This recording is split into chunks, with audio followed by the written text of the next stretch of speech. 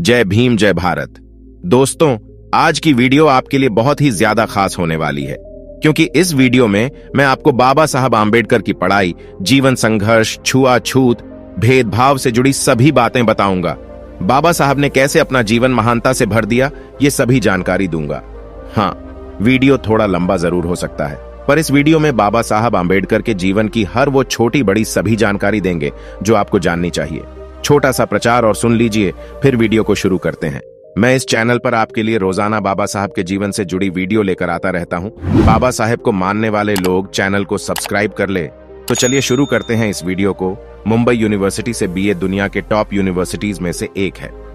Colombia university से MA, PhD, London school of economics LSI से BSc, MSc और grace इन से बैरिस्टर इन लॉ की पढ़ाई कौन कर सकता है?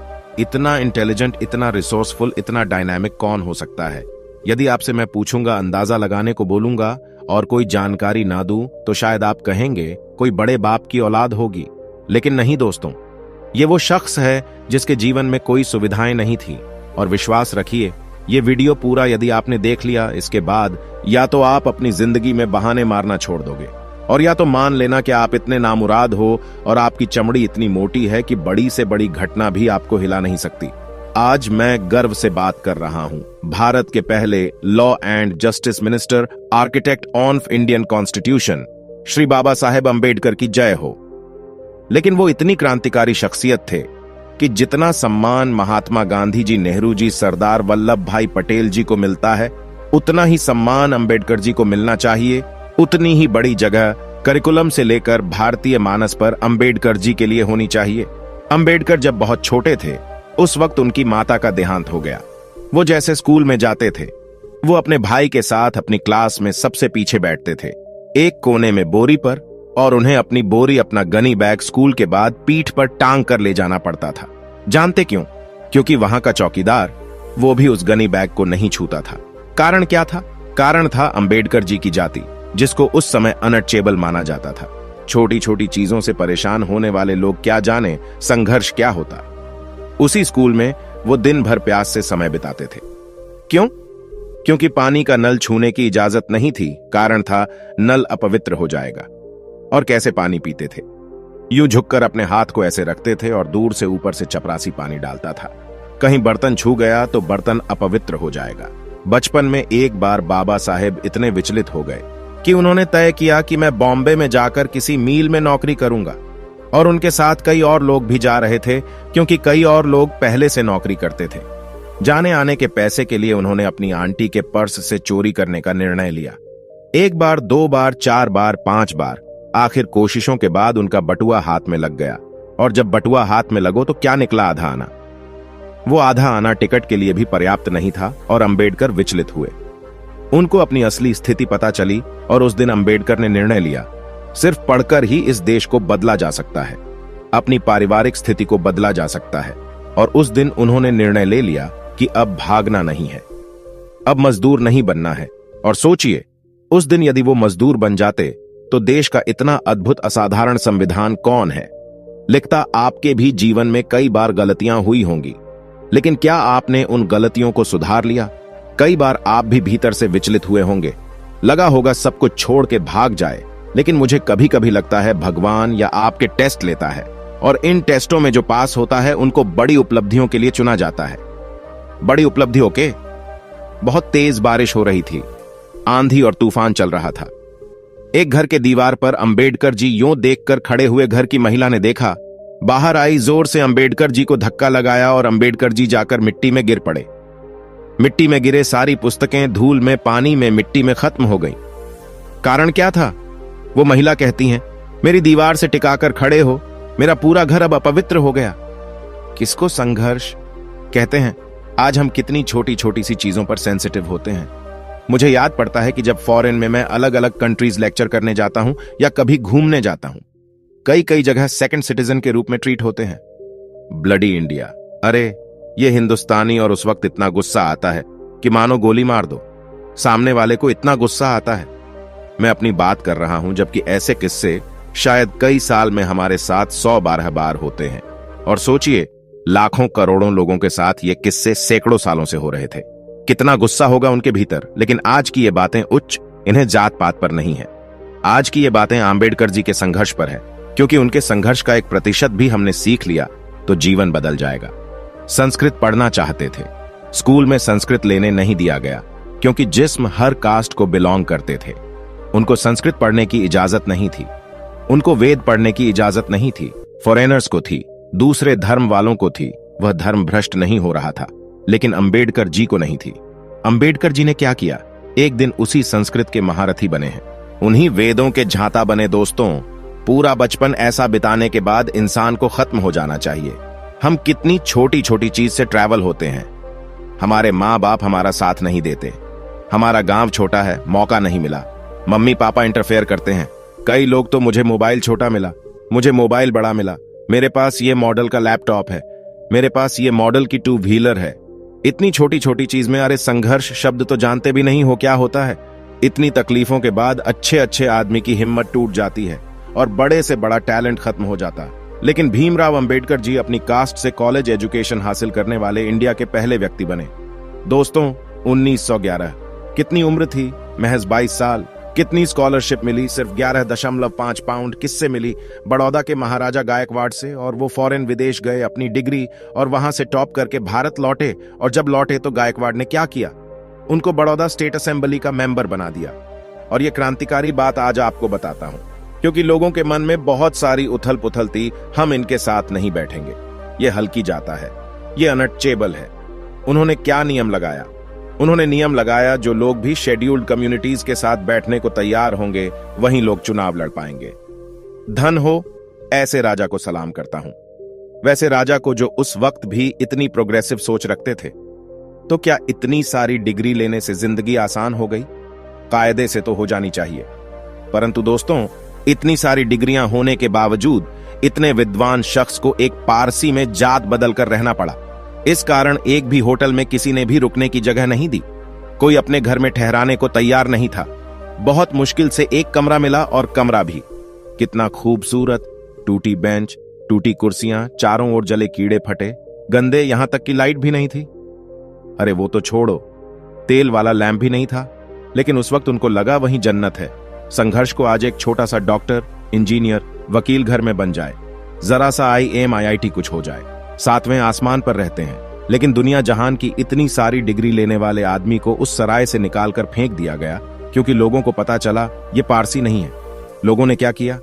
लाठी डंडे लेकर जमा हो गए, बेहिसाब गालियां देने लगे। How dare you kept Parsi name. इस काउंसिल जितनी गाली दे सके उतनी दी, और शाम तक की वार्निंग मिली। शाम तक बाहर चले जाना। और शाम के बाद क्या हुआ? उस मौसम में उनको बाहर निकल के पास में कमाटी बाग में जाकर रहना पड़ा। क्या जानते हैं आप संघर्ष को और क्या कहते हैं?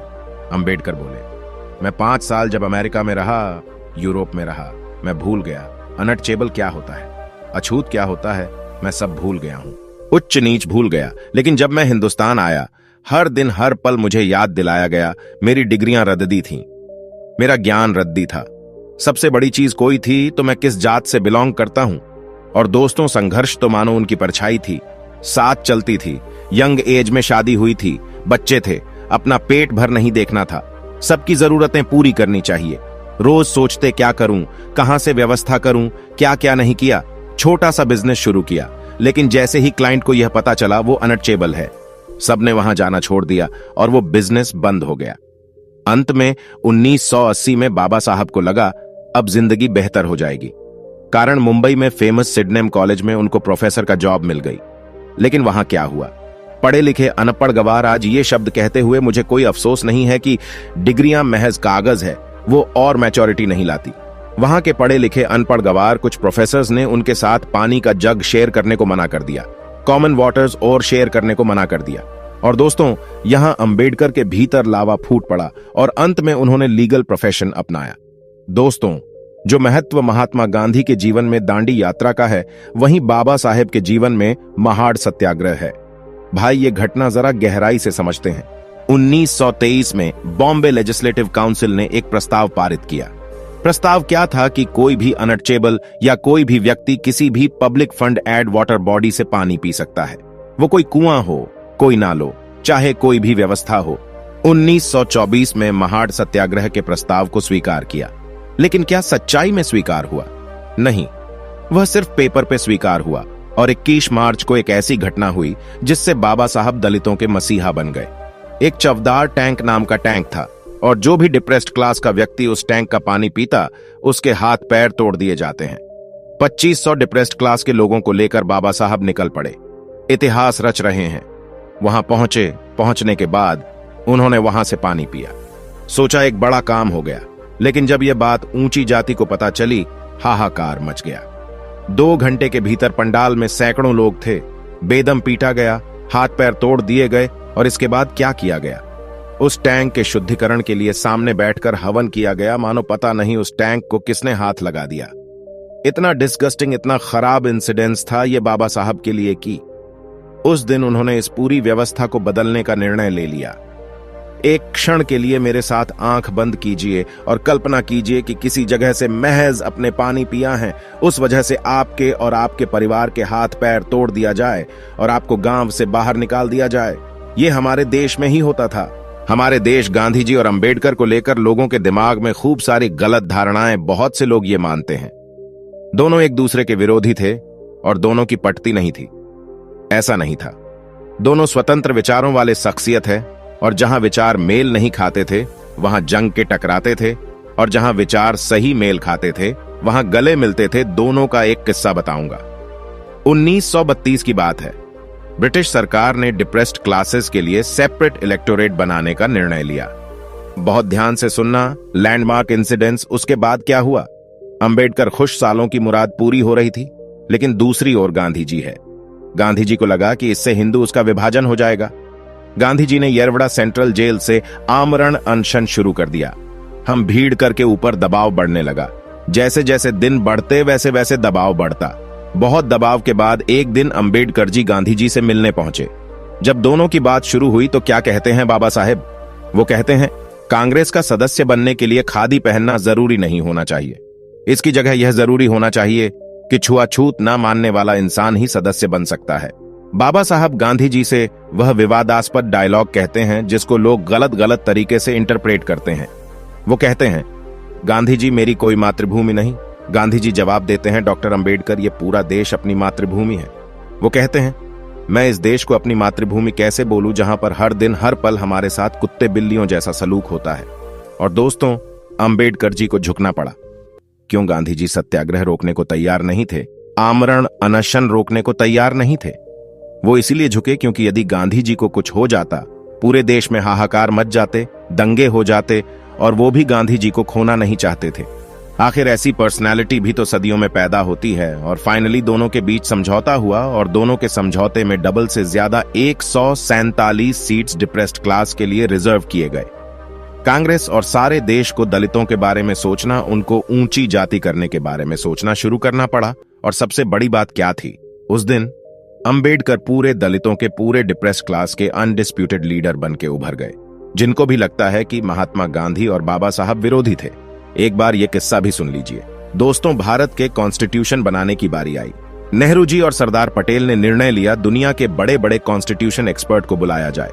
और एक दिन महात्मा गांधी जवाहरलाल नेहरू जी से और पटेल जी से कहते हैं, जब हमारे देश में इतना बड़ा लीगल एक्सपर्ट, इतना विद्वान हमारे देश में, तो अंबेडकर जी जैसे विद्वान के रहते हुए हमको बाहर से किसी को बुलवाने की क्या जरूरत है? यदि अंबेडकर जी हमारे देश का कॉन्स्टिट्यूशन लिखेंगे, इससे गौरवशाली बात भारत के लिए दूसरी नहीं हो सकती। और वहीं पर अंबेडकर जी को कॉन्स्टिट्यूशनल कमेटी का चेयरमैन नियुक्त किया गया। डॉक्टर अंबेडकर के नेतृत्व में लगभग 3 साल की कड़ी मेहनत के बाद दुनिया का, ध्यान से सुनिए, दुनिया का सबसे बड़ा कॉन्स्टिट्यूशन लिखा गया। 448 आर्टिकल्स, 12 स्केड्यूल्स, 616 सिग्नेचर, और जाने कितने दिनों की असेंबली के बाद हमारे हाथ में वो कॉन्स्टिट्यूशन आया जो आज हमको सुपर पावरफुल बनाता है। आज हमको राइट्स देता है, और वो भी कैसे कैसे? Right, freedom on off speech, freedom on off religion, और एक बड़ी चीज पता है, राइट टू वोट। ये प्रोग्रेसिव कॉन्स्टिट्यूशन था। कारण क्या था? दुनिया में उस वक्त बहुत सारे देश में महिलाओं को वोट देने की अनुमति नहीं थी, और भारत को देखकर दुनिया के बहुत सारे कॉन्स्टिट्यूशन ने चेंजेस किए। और इसीलिए बाबा साहेब भीमराव अंबेडकर को कहते हैं the father of Indian constitution. 1942 में वायसराय की काउंसिल में बाबा साहब को सदस्य बनाया गया। और जितनी भी लेबर है हिंदुस्तान की, मैं कह रहा हूं आप सबको रोज अंबेडकर जी को सलाम करना चाहिए, क्योंकि उन्होंने क्या किया। 12 घंटे, 14 घंटे, 15 घंटे की जो ड्यूटी थी उसको घटाकर कानूनी रूप से 8 घंटे किया। यदि आज आपको डियरनेस अलाउंस मिल रहा है तो वो बाबा साहब की देन है। यदि आज आप एम्प्लॉय स्टेट इंश्योरेंस ले पा रहे हैं, ESI, वो बाबा साहब की देन है। यदि आपको ट्रेनिंग या लर्निंग अलाउंस मिल रहा है तो वो बाबा साहब की देन है। इनको पता था यदि डिप्रेस्ड क्लासेस का उत्थान करना है तो लॉन्ग टर्म में ये रिजर्वेशन से नहीं होगा। इसलिए उन्होंने उस वक्त क्या किया, बहिष्कृत हितकारिणी सभा बनाई। और इस सभा का मूल उद्देश्य क्या था? लोगों की पढ़ने में मदद करना, उनको पढ़ने के अवसर दिलाना, पढ़ने के लिए प्रोत्साहित करना, ताकि कल ये सब शिक्षित हो, अवेयर हो और अपनी जगह खुद बनाया है। डिप्रेस्ड क्लास की आवाज दब न जाए, इसके लिए उन्होंने कोई हथियार का सहारा नहीं लिया। उन्होंने हथियार की जगह अखबार का सहारा लिया और एक के बाद एक कई अखबार और पीरियोडिकल निकाले, क्योंकि वो यहां पर वार करना चाहते थे और यहां पर वार करना चाहते थे। वो सोच को बदलना चाहते थे। क्या मैं डॉक्टर उज्जवल पाटनी रिजर्वेशन का पक्षधर हूं? यदि आप मुझे आज की डेट में पूछेंगे, मैं नहीं, मैं ये चाहता हूं कोई भी कास्ट हो, कोई भी कीड़े हो, कोई भी रिलीजन, कोई भी भाषा हो, हर व्यक्ति को सरकार इतना पढ़ने का अधिकार दें, इतनी सुविधाएं दें। प्राइमरी में, मिडिल में, हाई में की कॉम्पिटिटिव एग्जाम्स में वो मेरिट की बदौलत जाए और उसके बाद वो बड़े बड़े पदों तक पहुंचे, क्योंकि तब उनको अपने ऊपर बेकार होगा। लेकिन एक बड़ा सवाल यहां ये भी खड़ा होता है, क्या उस वक्त जरूरत थी? दोस्तों, जब मैं घटनाओं को खुद पढ़ रहा हूं, उनको महसूस कर रहा हूं, उस पीड़ा को महसूस कर रहा हूं, मुझे लगता है हां, उस वक्त इसकी जरूरत थी। और आज आपसे भी कहना चाहता हूं, कल्पना करके देखिए, अपनी जाति से, अपने रंग से, अपनी भाषा से, अपनी बोली से बाहर आकर कल्पना करके देखिए, क्योंकि बाबा साहब कहते थे। दोस्तों, बाबा साहब को जब यह लगा कि मेरी अपनी कास्ट में यह छुआछूत, ऊंच नीच खत्म नहीं होगी, बहुत गहरे तक जमी हुई है, तो उन्होंने एक दिन निर्णय लिया कि मैं अपना धर्म, रिलीजन बदलूंगा, धर्म चेंज करूंगा। जैसे ही पता चला, हाहाकार मच गया। सबने समझाने की कोशिश की। पूरे देश के बड़े नेता टूट पड़े, पार्टियां टूट पड़ी, लेकिन बाबा साहब अटल रहे। दूसरे सारे धर्मों के लोग एक एक करके आने लगे। बाबा साहब से सब कहते हैं, हमारे यहां शामिल हो जाइए, हम आपके लिए ये करेंगे, हमारे यहां शामिल हो जाइए, हम आपको बराबरी का अधिकार देंगे। बाबा साहब कम नहीं थे, वो हर धर्म के थे। वो ऐसे ऐसे सवाल पूछते कि सामने वाले छोटा सा मुंह लेकर चले जाते हैं। लेकिन बाबा साहब के मन में कुछ और था। बचपन से वो गौतम बुद्ध से प्रभावित सारे लिटरेचर पढ़ते थे। उनको यह यकीन था कि यह सबसे ज्यादा रीजनेबल रिलीजन, जिसमें सबसे ज्यादा इक्वालिटी और समानता है। और आखिर एक दिन उन्होंने बौद्ध धर्म अपनाने का निर्णय ले लिया। अक्टूबर 1956 लाखों लोग पैदल से पहले गाड़ियों से चलने लगे। नागपुर की ओर और इतिहास रचा जा रहा था। लगभग 5 लाख लोगों ने बाबा साहब के नेतृत्व में एक साथ बौद्ध धर्म के सारा संसार इस घटना का साक्षी बना दिल थाम कर देखता रहा। उसके 6 हफ्तों बाद इस महान क्रांतिकारी की, इस महान विचारक की मृत्यु हो गई, निधन हो गया। लेकिन ऐसे लोग मरते कहां हैं? ऐसे लोग तो अमर हो जाते हैं। इनको कौन खत्म कर सकता है? इनकी सोच को कौन खत्म कर सकता है? और इसीलिए एक और, वो भी अपनी जगह क्रांतिकारी थे, ओशो। वो क्या कहते हैं बाबा साहब के बारे में? 5000 सालों में ध्यान से सुनना, 5000 सालों में बाबा साहब जितना इंटेलिजेंट व्यक्ति हिंदुस्तान में पैदा नहीं हुआ। ये ओशो की राय थी। दोस्तों, बाबा साहब की ये बातें देखने के बाद निश्चित रूप से मुझे यकीन है आपको अपने संघर्ष बौने लगने लगे होंगे। आपको लगा होगा कि मेरे जीवन में तो कोई तकलीफ ही नहीं है, और यदि इस बातें ने भी आपको प्रभावित नहीं किया तो आपका कोई कुछ नहीं कर सकता। और आज मैं सारे दोस्तों से कहना चाहता हूं, 1% भी जात पात, ऊंच नीच, रंग, भाषा, बोली, यहां तक हीन भावना की आग दिखे तो जला दीजिए, निकालकर फेंक दीजिए, और सिर्फ एक शब्द रहना चाहिए, एक शब्द, भारतीय, भारतीय और भारतीय। जय भीम, जय भारत। दोस्तों, आज की वीडियो में बस इतना ही। इस चैनल पर मैं सिर्फ बाबा साहब के जीवन से जुड़ी छोटी बड़ी सभी जानकारी लेकर आता रहता हूं। यदि आप बाबा साहब को पसंद करते हो और इनके बारे में और अधिक जानना चाहते हो तो हमारे अंबेडकर साहब जी YouTube चैनल को सब्सक्राइब कर ले। वीडियो को पूरा देखने के लिए धन्यवाद। जय भीम, जय भारत। आपका दिन शुभ हो।